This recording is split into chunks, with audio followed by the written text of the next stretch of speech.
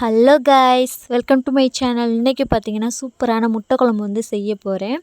குழம்பு பார்த்தீங்கன்னா நல்லா வத்த விட்டு அதில் முட்டையை உடச்சி ஊற்றி பார்த்தீங்கன்னா முட்டை கலங்கிராமல் அப்படியே அழகாக அந்த ஷேப்பில் அப்படியே உடச்சி ஊற்றி சூப்பராக வந்து இன்றைக்கி முட்டை குழம்பு வந்து செய்ய போகிறேன். அது இல்லாமல் என்னோடய வீடியோஸ் வந்து நீங்கள் இது ஃபஸ்ட்டு பார்க்குறா இருந்தால் மறந்துடாமல் என் சேனலுக்கு சப்போர்ட் பண்ணுங்கள் ஃப்ரெண்ட்ஸ். இப்போ வாங்க வீடியோக்குள்ளே போகலாம். குழம்பு செய்கிறதுக்கு பாத்திரம் எடுத்து வச்சுக்கலாம். பாத்திரம் நல்லா காஞ்சிருச்சு. 2 ஸ்பூன் பார்த்தீங்கன்னா நல்லெண்ணெய் ஊற்றிக்கிறேன். வெந்தயம் 1 ஸ்பூன் போட்டுக்கிறேன்.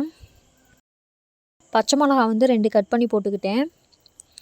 அதுக்கப்புறம் பூண்டு பார்த்தீங்கன்னா ஒரு 4 பூண்டு நச்சுட்டு அப்படியே போட்டுக்கிறேன். இதில் இஞ்சி வந்து நான் சேர்த்துக்கிட்டேன், பாதி இஞ்சி சேர்த்துக்கிட்டேன். பெரிய வெங்காயம் வந்து 2 கட் பண்ணி வச்சுருந்தேன், அது எல்லாத்தையும் அப்படியே போட்டுக்கிறேன்.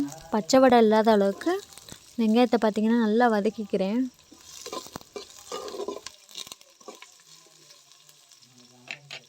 கருவேப்பிலை பார்த்தீங்கன்னா கொஞ்சம் போட்டுக்கிறேன்.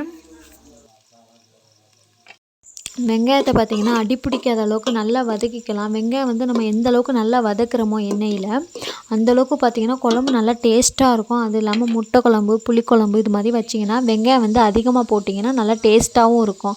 சின்ன வெங்காயம் போட்டாலும் நல்லாயிருக்கும். நான் வந்து பார்த்திங்கன்னா பெரிய வெங்காயம் 2 கட் பண்ணி போட்டிருக்கேன். வெங்காயம் பார்த்திங்கன்னா நல்லா வதக்கியாச்சு. நான் பழுத்த தக்காளி பார்த்திங்கன்னா 1 கட் பண்ணி வச்சுருக்கேன், அதை அப்படியே போட்டுட்டு நல்லா வதக்கிக்கிறேன். 1 ஸ்பூன் அளவில் பார்த்தீங்கன்னா உப்பு போட்டுக்கலாம். 3 டம்ளர் தண்ணியில் வந்து எலுமிச்சம்பழம் சைஸில் உள்ள புளியஞ்சலையை வந்து ஊற வச்சுருந்தேன். அந்த தண்ணியை வந்து அப்படியே ஊற்றிடுறேன்.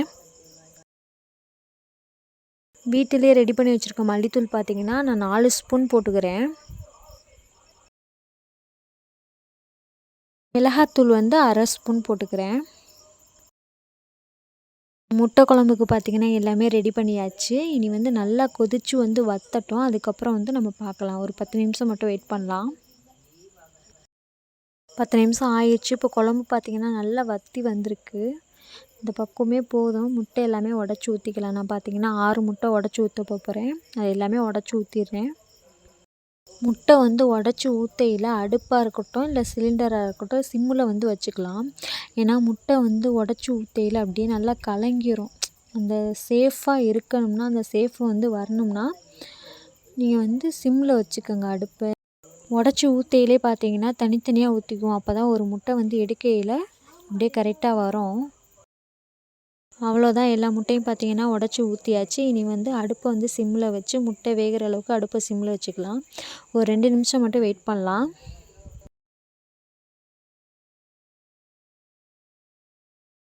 2 நிமிஷம் ஆயிடுச்சு. இப்போ பார்த்தீங்கன்னா மேலாக்கில் எண்ணெயெல்லாம் நல்லா திரண்டு வந்திருக்கு. சூப்பராக பார்த்தீங்கன்னா வற்றி சூப்பராக வந்திருக்கு. முட்டையும் பார்த்தீங்கன்னா நல்லா வெந்திருக்கு. கண்டிப்பாக நீங்கள் வீட்டில் ட்ரை பண்ணி பாருங்கள் ஃப்ரெண்ட்ஸ். கண்டிப்பாக உங்களுக்கும் பிடிக்கும். அது இல்லாமல் என்னோடய வீடியோஸ் வந்து உங்களுக்கு பிடிச்சிருந்துச்சுன்னா மறந்துடாமல் லைக் பண்ணுங்கள். ரொம்ப பிடிச்சிருந்துச்சுன்னா சப்ஸ்கிரைப் பண்ணிடுங்க ஃப்ரெண்ட்ஸ். உங்கள் ஃப்ரெண்ட்ஸுக்கெலாம் ஷேர் பண்ணுங்கள். இனி அடுத்த வீடியோவில் பார்க்கலாம். ஓகே, பாய் பாய்.